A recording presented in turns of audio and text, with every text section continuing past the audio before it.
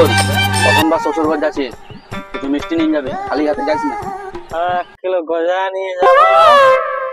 গজা মজা নিয়ে যাস না, 1 কিলো রসগোল্লা নিয়ে যাবি, নাহলে তোর শাশুড়ি রেগে যাবে। হ্যাঁ তাহলে 1 কিলো রসগোল্লা নিয়ে যাবো। যখন তুই পৌঁছে যাবি তখন সবাই পাগলা ছবি। হ্যাঁ বোটরে ছুঁয়ে দিব। না রে, ওটার কেউ ছুই নাকি, শ্বশুর শাশুড়ির ছবি।